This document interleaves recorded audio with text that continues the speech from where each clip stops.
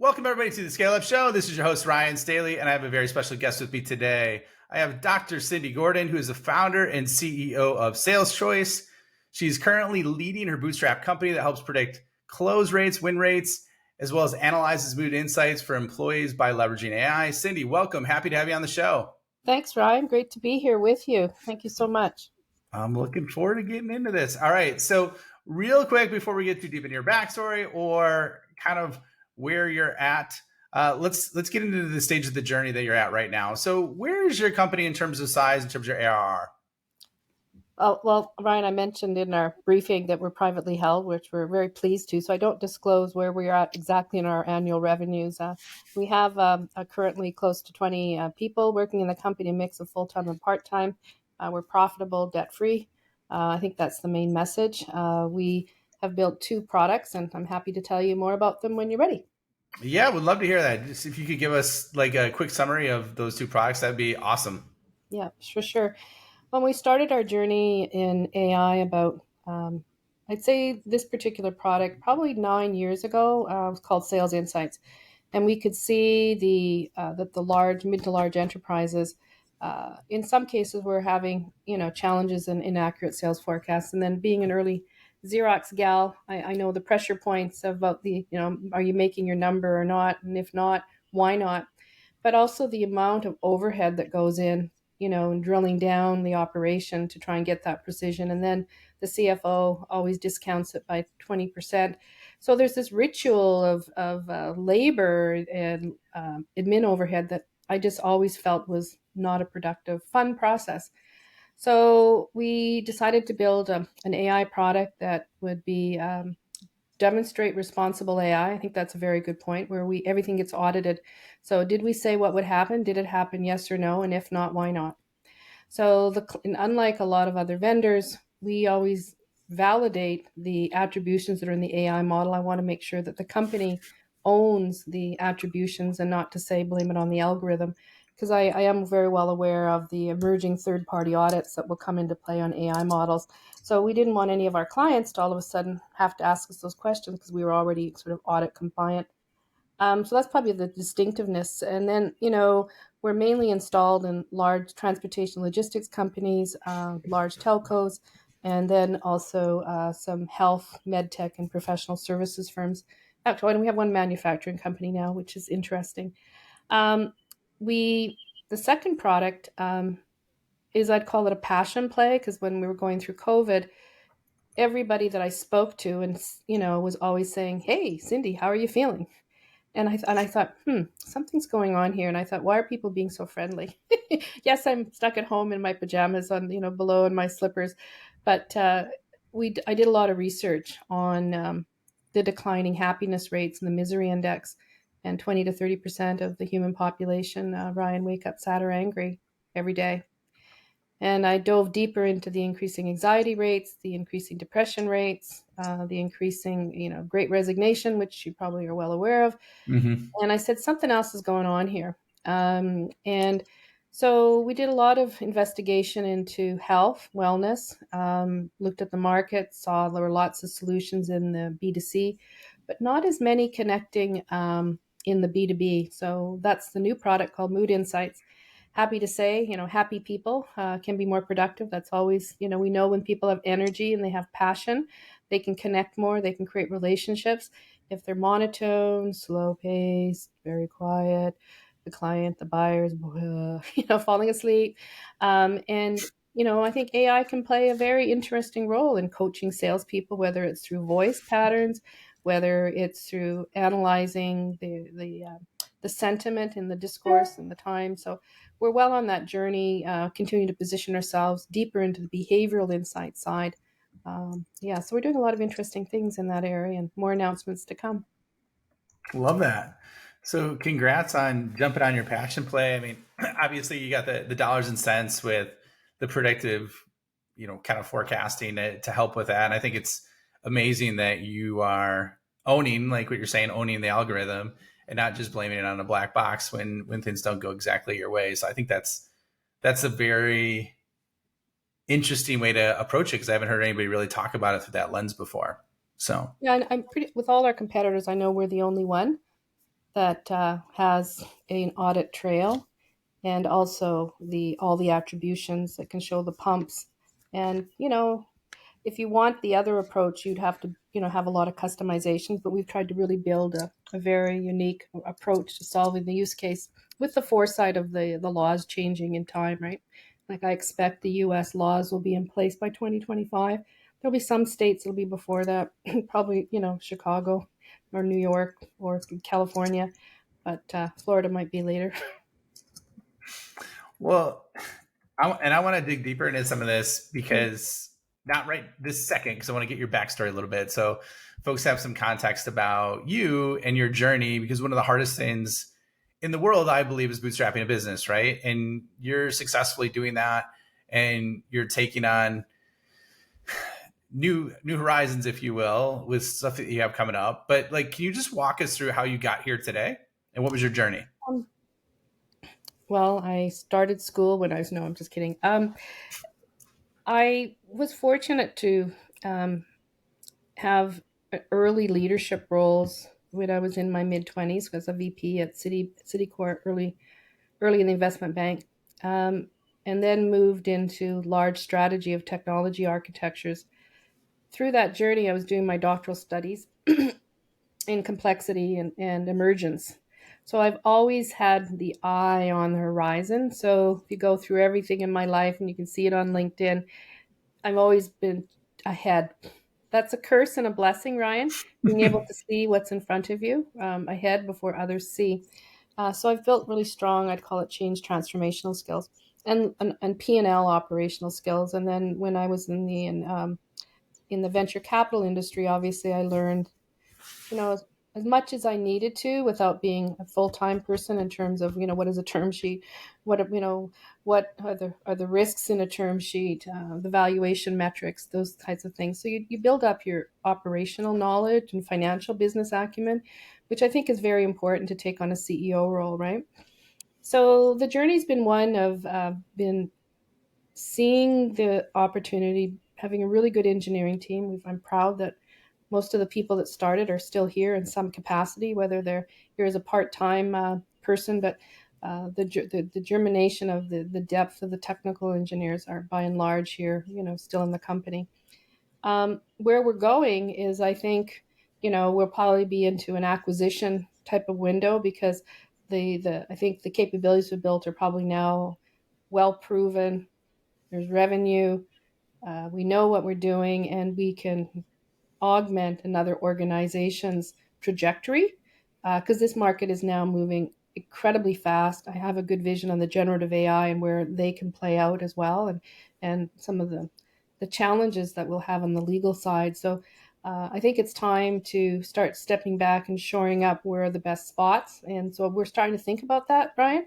We're obviously, when you're an entrepreneur, you're always juggling the near-term proposals. So this morning, working on a big deal, and then the next year, you're talking to a CEO about other strategies where you could possibly integrate. So, it's I don't know where we'll totally end up in 2024. I mean, there's so many variables in play right now, Ryan.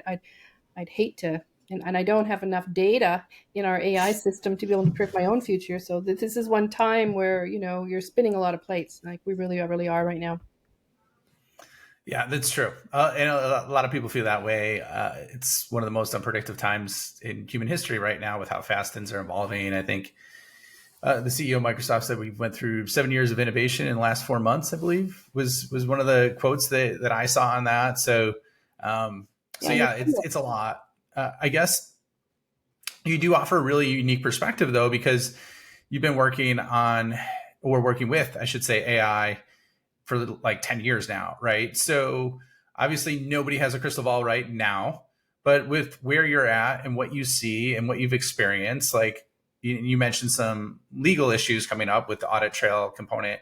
Like, what's your vision of what do you think will potentially happen, right? Obviously nobody knows 100%, but what's your vision of what's going to potentially happen? And feel free to incorporate ethics into there, legalities, and then just the consolidation and innovation that can happen through the whole AI infrastructure, if you will. Well, I think one of the biggest challenges we have is surveillance capitalism, right? And we've read Dr. Shoshana Zuboff's book from Harvard. It really highlights the strength we have of the technology titans, right? And specifically being Microsoft, Google, obviously Facebook, and now obviously, OpenAI, which of course, Microsoft has a significant, you know, ownership position in there as well. So the laws are going to be very concerned. They already are early stages on facial recognition, but the laws aren't there. So it's kind of more company regulated of what they will purchase and what they will use and the societal implications. So I think we need a lot more dialogue and education of the implications. The cybersecurity side of things is, we get a cybersecurity breach usually every 29 seconds, I think now in publicly traded companies. So, the heightened aspects of AI, finding vulnerabilities in networks, etc., not just at work, but also in our home lives. So we're going to go into a period where fake voices, as we already know, we already see, what's going on with fake news. But when you get into stealing your iris, right? Fake eyeballs with digital identity footprints. So you and I and our children are going into a space and where surveillance is a major issue. In terms of how we're navigating through all those dynamics, I could talk on this at length. Um, what we're trying to do is drive value in the use cases that solve a real business problem and that stays within our ethics of, I think, being responsible and helping a sales professional or helping a business person, like what could be better, in the sense of someone. We think about it. We care about you getting to President's Club more than anybody. We care about you focusing on the best opportunities with the global knowledge of your company and maybe bringing in external factors. I mean, that's all possible with AI. So you can unlock trillions of focused revenue enablement. And that to me is very important. We've seen how the lead generators, right?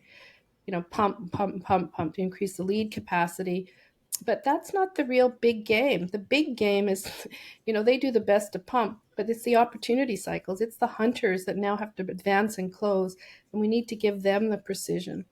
And then obviously, I've already shared, I'd like them all waking up happy and motivated. And if not, I'd like the leaders to know that, they need to have some dialogue or make some changes and to really listen, right? We need a lot more humanity in the business world. And I think that's what we're trying to unleash is, the human advantage of these tools. It should be an advantage for humans, not a disadvantage. I love that you're hitting the logic and the emotional side of it. So let's dive a little bit deeper into that. So with the predictive side, right, in terms of the forecasting, like how exactly does that work? And then, what is your solution focus on? And can you give us some examples of results that it's created, just so Sure, we can sure. wrap our Happy. heads around it a little bit? And then Yeah. I'd love to get on the, the mood side as well, just like how that works. I'm totally intrigued by that. Uh, Yeah, it's definitely a pet project here too.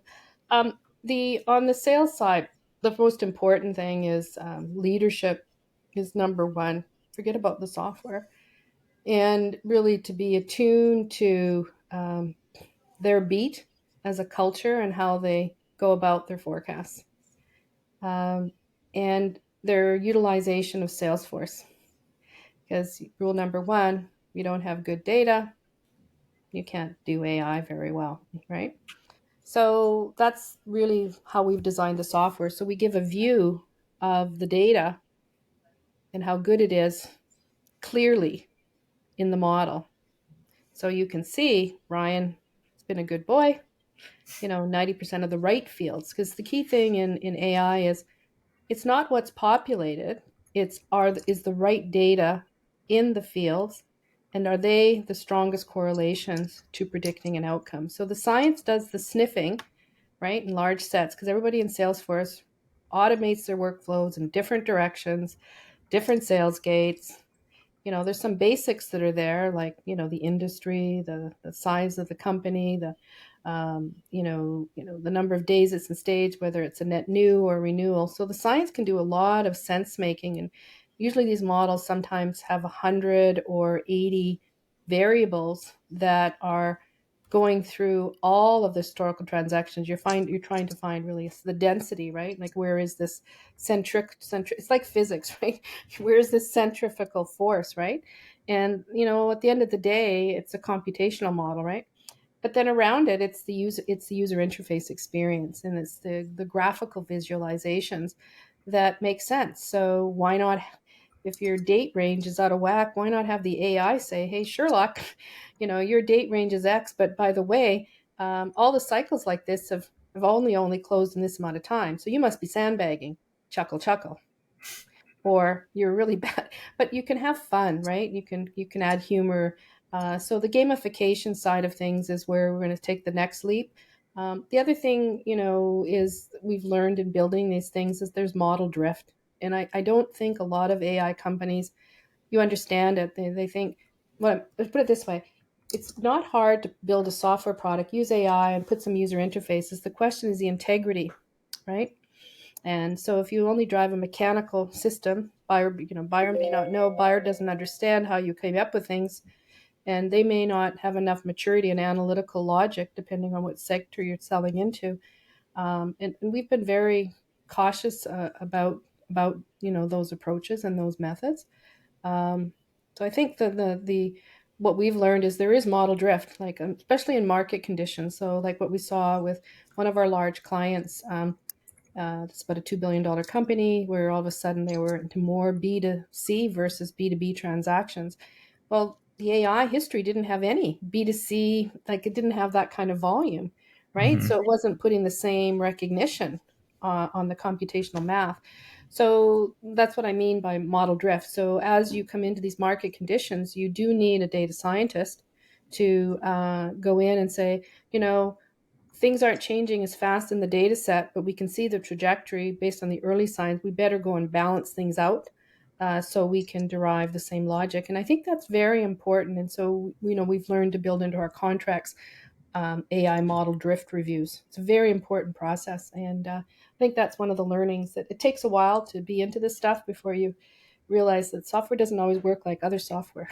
But those are some observations. In terms of the results, they're all on our website, the case studies. Not all of them, but a lot of them that are, where we're at levels of, in one client, we're at 90% accuracy on every deal, whether it's at the beginning of the sales cycle, at the end, on a win or a loss. That's pretty amazing, right? Yeah, I So, love that. and a lot of the clients use this for a risk proxy, in the finance side. And that's a nice spot to be because, they show what they think they're going to land as their number, but SalesChoice is the AI risk auditor. And a lot of the clients just go with our number, and we're usually more right than what the VP of sales says. But it also can give a CFO confidence, right? Part of the challenge is getting the CFO, the senior CRO into integrated reporting in real time, and I think that's one of the broken processes. Like, I think that the CFO should be able to see all the sales data anytime they want, in the views that he or she wants, right? Hmm. Because at the end of the day, they're both at operational risk of not meeting, especially in publicly traded companies. And I think the CFO see things too late. They have an adjustment to do. So I think we have a broken logic, and maybe we'll see futures where CFOs are overseeing sales ops. That's Um, interesting. I actually just saw a report because I'm an ambassador for Gartner's community that they just put together, and one of the things in the reports that they had is that's they see one of the jobs based on the survey, right? And this is of like revenue leaders within there, is that the first job to get replaced with AI as sales ops which was I thought was kind of interesting, right? Um, well, you know so what? Let's put it this way. Um, AI can identify patterns for sure, and it can generate reports, but you know, you need a human review because you can't sue an algorithm. So I think people are being a little bit naive on, It's more around there will be some headcount reductions, but it's like a surgical doctor, right? I mean, you're getting a report manifested to save you time, but you're really going to want to make sure that the logic is there, because the humans are depending on it, right? Like your citizens, your investors, So I think that process, it won't be here in my total lifetime. I think I think there'll always be the human checks and balances. Plus, as I said, with the laws coming in that will come in, they'll be very clear on third party audits on any financial matters that where AI is involved. Well, I want to be sensitive on time, so I want to ask you one more question before you share where people could find you, because this has been great. I guess like if we're looking at predicting forecasting and let's apply Pareto's principle, like what would you say is the top 20% that's going to give you the best 80% result when it comes to accurately predicting, revenue? Like what kind of variables would you look at for that? Um, well, there's a certain number that seem to be the same in all the data sets. Obviously, the opportunity type, if it's a net new or a new account, right?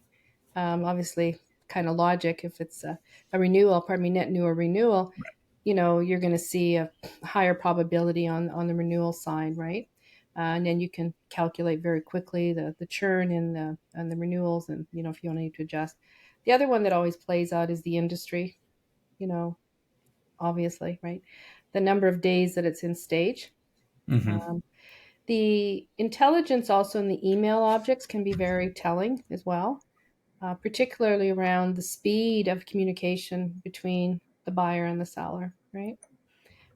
Because sales, for those of us that have been in a long time, those interaction play back and forth, right? And also the nature of the dialogue, the actual language and parsing that using NLP can be very, very insightful, right? So that's where AI can start to seep into things. Um, what we've also learned is that the sales gates are really mathematically flawed that people put into Salesforce. So it's nice to see them. But the science, as we often see, because I'm at a proposal stage, that the company says I'm at 50% odds. The science will say you're at 5% odds at the proposal stage.